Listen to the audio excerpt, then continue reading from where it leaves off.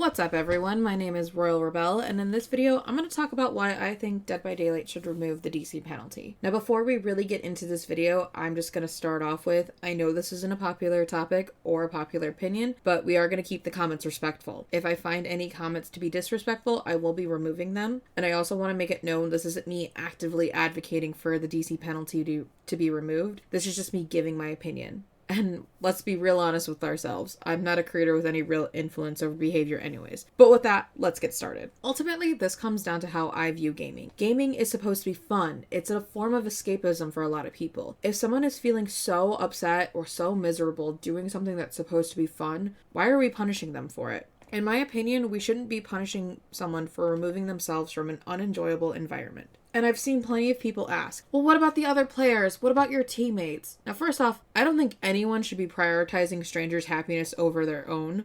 That is a toxic mentality in and of itself. Not to mention how quickly of a slippery slope that becomes to policing everything in the game. If you're gonna have the energy that no one should give up because it's unfair to other players, then you're gonna have to have that same energy with other quote-unquote unfun strategies. That includes camping, tunneling, slugging, chain blinding, etc. And while I don't find those strategies fun, I would never dream of telling another player that they can't play that way. As a Survivor main, I am well aware of how much it sucks to start off the match down a player or two, because that basically puts you at the mercy of the killer whether or not you even have a chance at escaping. It is a really sucky position to be in, but I would much rather have that than to have a teammate who's BMing or being toxic the entire time because they feel trapped in a situation. But with that said, I don't think that we should just get rid of the DC penalty and make no changes to the game. I also think that this should come with a restoration to the hatch mechanic. If you guys don't remember, when the developers updated keys, they also tweaked hatch, and it used to be that hatch would spawn when the number of generators was the number of remaining survivors plus 1. So basically,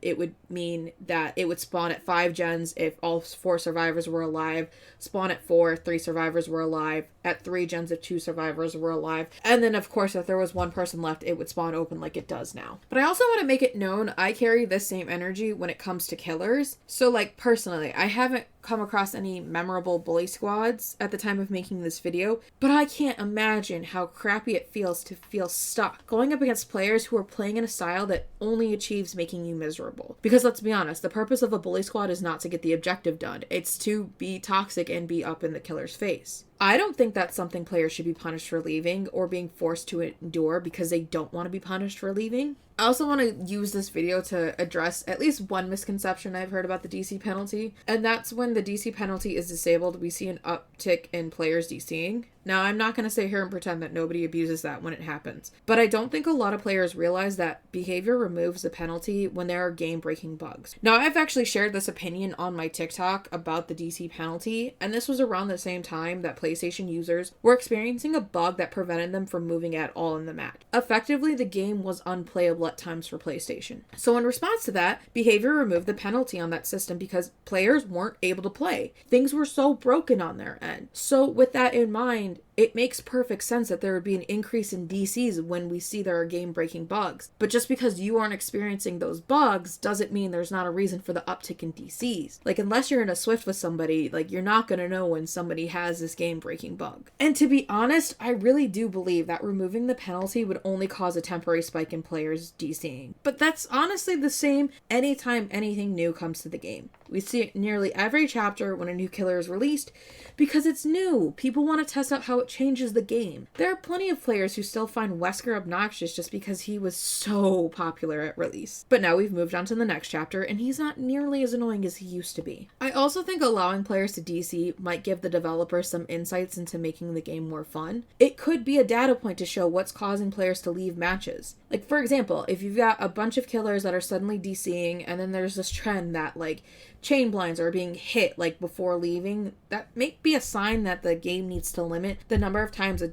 killer can be chain blind in a row. An example for survivors, if there's a killer with a high rate of DCs, like maybe there's a reason why.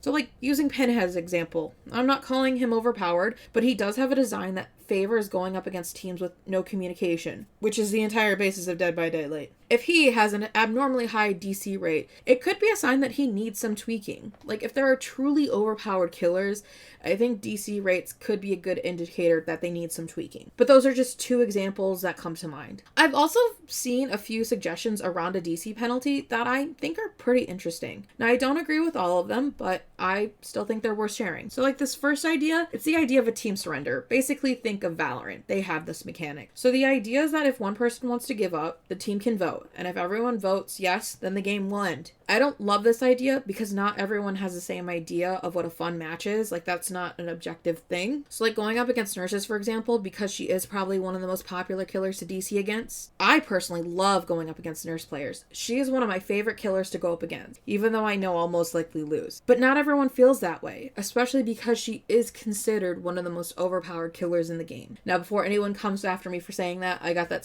sentiment from Volpixia. She is one of the highest ranked Nurse players I know in Dead by Daylight. But that's just one example of why I don't think a surrender mechanic could work. You know, like if someone wants to leave against a specific killer, not everyone is going to feel that same way about going against that killer. So like, you're still potentially in a situation of damned if you do and damned if you don't. Also, pulling from my limited experience playing Valorant, if you get a situation where one person desperately wants to leave but nobody is voting yes, there's nothing to stop that person from being toxic and throwing a fit. Like, I've had Valorant players throw fits. But another suggestion I've heard is being allowed to DC if you've been slugged for so long, or for like the game to proc a give up button. This I could be on board with. Like, if you get a killer who's slugging players and just leaving them there, I don't think players should be forced to wait the 4 minutes to bleed out, because that's effectively a DC penalty that just doesn't stack. And if it's like clear that your teammates aren't coming for you, then there's really no point in having you on the ground anyways. Overall, I think this is a fair suggestion. I just think it's a very situational suggestion. I've also heard the suggestion of allowing other players to DC without penalty if they're not the first to do so. Now, I think this is an incredibly fair solution, because the game relies on that balance of like 4v1, and being down that player at the start is a significant disadvantage. And I totally understand like the snowball of players wanting to leave after somebody DCs. I also think this would be a good control for Swifts if you have someone in a Swift who DCs, because if they all decide to DC together, they still have to face that penalty together, assuming they stay as a Swift. But these are just my thoughts on removing the DC penalty in Dead by Daylight. What do you guys think? Should it stay? Should it go? Do you think there's like a happy middle between the two? Leave your thoughts in the comments below. And if you enjoyed this video and want to see more content, don't forget to like this video and subscribe to my channel so I can bring you more Dead by Daylight content. And if you want to check out my Twitch streams, I currently go live on Sundays and Thursdays 6 p.m. Eastern Standard Time and Saturdays 3 p.m. Eastern Standard Time.